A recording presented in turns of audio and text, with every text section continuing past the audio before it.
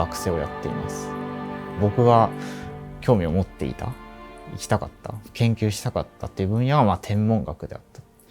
でそこで天文科学専攻っていうのを持っている総研大を選んだ。でいるところが国立天文台ってところで、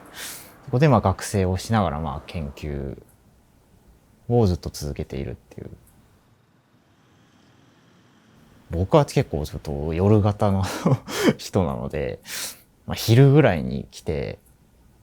昼食食べてから昼ぐらいに来て、研究少し進捗しつつ、週に1回ぐらいは僕の指導教員である田中先生と議論してとか。自分がやっているのはこういうちょっと惑星とかそういうものからずっと離れたもうちょっと巨大なものとして、銀河っていうものを見ていて、その銀河に主に2種類ある。一つが楕円銀河、もう一つがいわゆる天の川銀河とかを持っている渦のような構造を持つ渦巻き銀河って呼ばれるものです。意外にもどちらもそういう形態とかそういう形で生まれてきたのがどうしてなのかっていうのは実は分かっていない。でかつそういう多様性がある、その起源っていうのも実はよく分かっていない。自分が見たいと思っているそういう遠くの銀河っていうものは基本的にものすごく遠くにあるので、100億光年とかって光の速さで言うんですけど、非常に暗い天体なんです。なので基本的にはその地球大気とかによって結構光が遮られたりとかっていうことが結構起きてしまうので、例えば湿度とかですかね。あとはなるべく空気の薄いところで望遠鏡を作る必要があるっていうので、山の上にあって、でかつ光をできるだけ多く取り入れたいということで、スバル望遠鏡は 8.2 メートルの鏡をですね、その4000メートルのところに立てて、それで実際に天体の光を巻いていると。そういう望遠鏡ですね。いろんな装置、それぞれに一応専属の方っていうのがいらっしゃって、基本的にその方がここでプログラムというか実行するっていうのがいろんな観測の手法があって、主に2つあるんですけど、写真を撮るっていう方法と、もうちょっと例えば天体の光っていうのを色ごとに分解して観測するっていう、分光観測、光を分けるって書いて分光観測っていうのがあって、そっちを僕は主に主戦としてやってて、その天体の位置をちょっとだけずらすんです。天体の位置をちょっとスリットの中でずらすっていうのをやって、それでそれぞれの位置の光を引き算する。そうすると天体の光だけ残るんですけど、夜空の光はある程度消せるっていう、そういう方法を使って夜空の光をなくしてその得たい天体の情報だけを持ってくるっていう、そういう解析を例えばプログラムとか使ってやったりしています。僕は長野の塩尻っていうところにいて、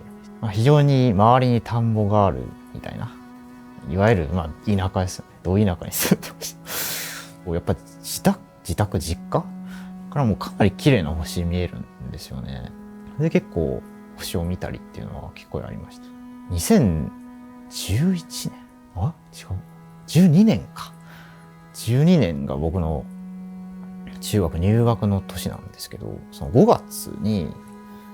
ちょっと天文で面白い日食ですね、金環日食っていうのがあったんですよ。そういうの当時全然知らない数学とかを先生の方に教わりながら、そういうのを解析して実際に結果が出たっていうところをやって、かつそういうのを天文学会の中にちょっと高校生とか中学生向かいのセッションがあって、そういうところで発表したりっていうそういう機会もあって、それでこういう天文学ってすごい面白いな、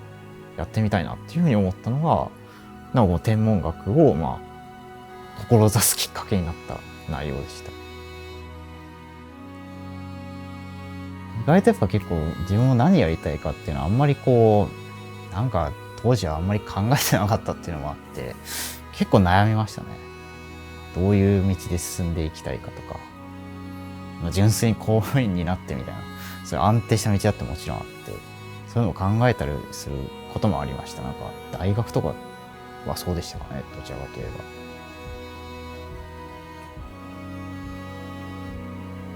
ば。なんか一番なんか考えた中で、自分がこれをやっても、苦じゃないわけじゃないかもしれないですけど、こ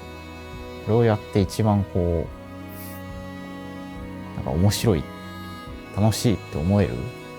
そういう職ってなんだろうって思った時に、やっぱ、その当時、一番最初、中学校の時から知りたかったところが一個やっぱ上がって、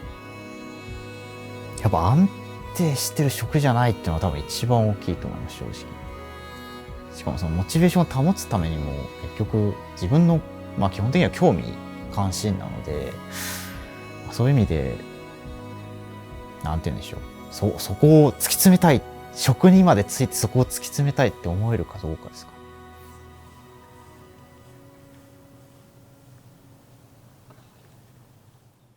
この業界ってアカデミアって言うんですけど、なんかそこに残るための主な職として、まず一つがポストドクターっていうのがあります。ドクターのポストドクターの次のポストって感じなんですけど、大体がそういう仕事は年数が決まってる仕事になってて、いろんな研究プロジェクトであったり、あといろんな教授の方とか准教授の方が持っている科研費ですね、科学研究費で、実際にそういうポストがあるので、そういうところに3年とか5年とかっていう、基本的決まった年数、どちらかといえば自由に研究するっていうスタイルでまず職を持つっていうのが一番多いです。で、最終的にテニュアと言われる、いわゆる定年まで続けられるような職になれるのが、それこそ准教授であったり、教授っていうところ、基本的にはだから大学で、学生を教えつつっていうような仕事内容にはなるんですけど、そういうところをだんだん目指していく。大体そこまでに、10年ぐらいはかかるっていうお話らしいですね。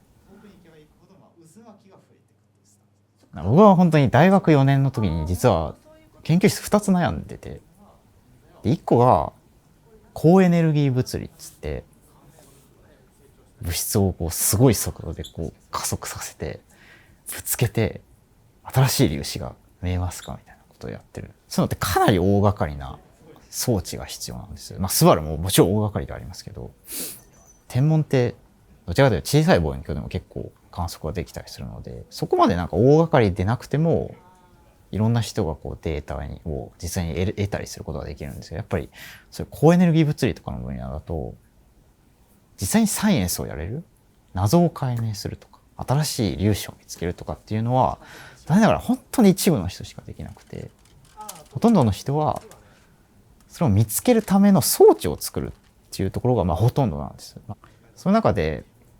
天文の研究室にいた先輩がおっしゃってたのは、じゃあどっちをやりたいか。そういう装置を作ってそういう研究の下支えをしていくとか、実際にそういう謎を解明したいですか。そういうふうに聞かれた時に、確かにそういう実際に自分で解明できる謎があるのであれば、そういうところをまずやってみたいなっていうふうに思ったんですよ、その時。ちょっとこれは観測天文寄りな意見ではありますけど、なんかそういう謎を解明したいみたいな、そういう好奇心をなんか強く持っている方っていうのは、この分野ってすごい面白いっていうか、自分で関わっていけるし、そういう関わりを比較的しやすい分野かなと個人的に思っていますので、非常におすすめだと思います。例えば最近でいうとジェームズ・ウェブ宇宙望遠鏡が出来上がると、スバル望遠鏡の新しい非常に大きな装置が動き始めるということで、また一つ望遠鏡だとか装置が動き始めると新しい宇宙が開けてくることが多々あります。でそういった意味で今天文学を志すということは、そういった新しい装置で今まで誰も見たことがなかった新しい宇宙を見られるという意味で非常にエキサイティングなタイミングじゃないかなと思います。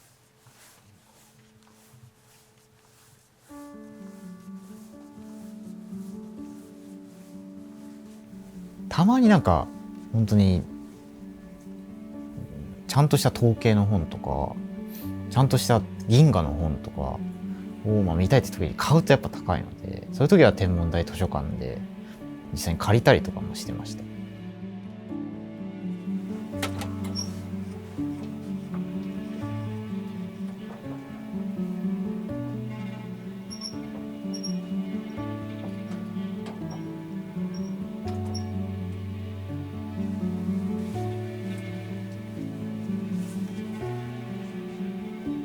あとは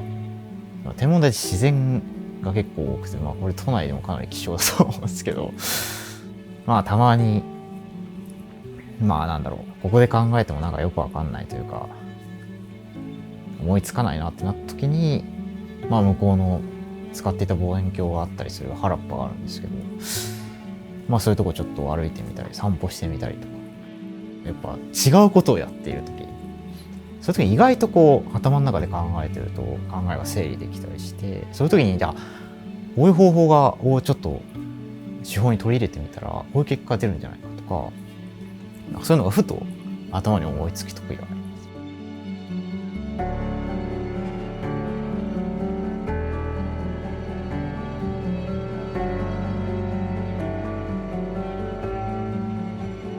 す。研究って基本的にこう目的を持ってやってるんですけど、やっぱりその目的を完全に何て言うんでしょう、完全にやっぱ解明する、謎を解明するっていうところまでにはやっぱ至れないことがやっぱ多くて、こういうのもじゃあどうやってやるか、それはもちろんそれはそれで面白いんですけど、やっぱ考えるのはやっぱ一つアイデアを思いつくっていう過程が必要なので、そこはやっぱ苦しいところではありますよね、逆に言うと。結果が出ないっていう意味では苦しいですけど、やっぱそれを解きたいっていう意志の方がやっぱ自分としては大きかったかなと思います。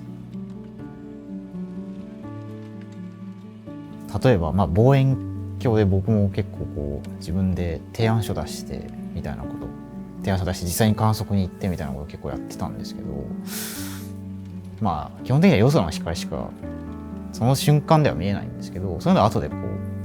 ガーって解析回して、そういう結果が出た時、ついにこれで一個こう謎が解けたっていうところで、やっぱそこはやっぱ一番嬉しいっていうか、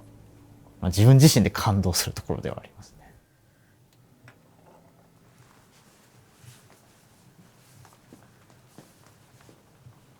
無数に天体があって、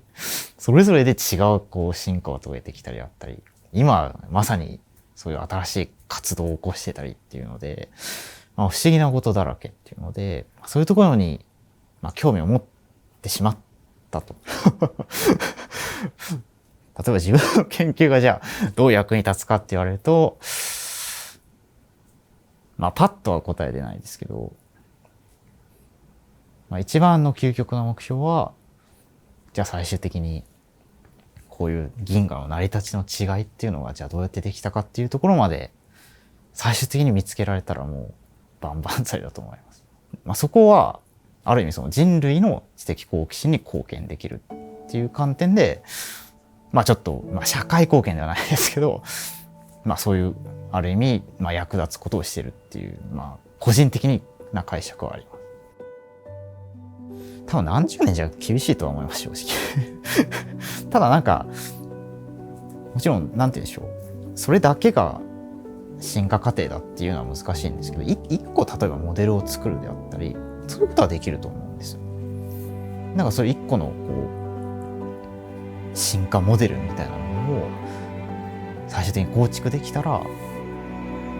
一つ自分のこうやってきたことが活かせるというか、自分のやってきたことが大きくこう分野に貢献できるかなと。それは究極的にはじゃあ生命はどこから来たかみたいなところにこう近づいていけるっていう、そうなったら一番嬉しいですね。夢の中の夢ですね。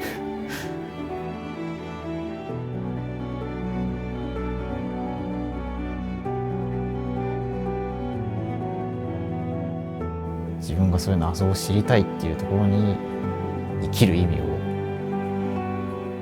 見出したってっていうことなんじゃないでしょうか。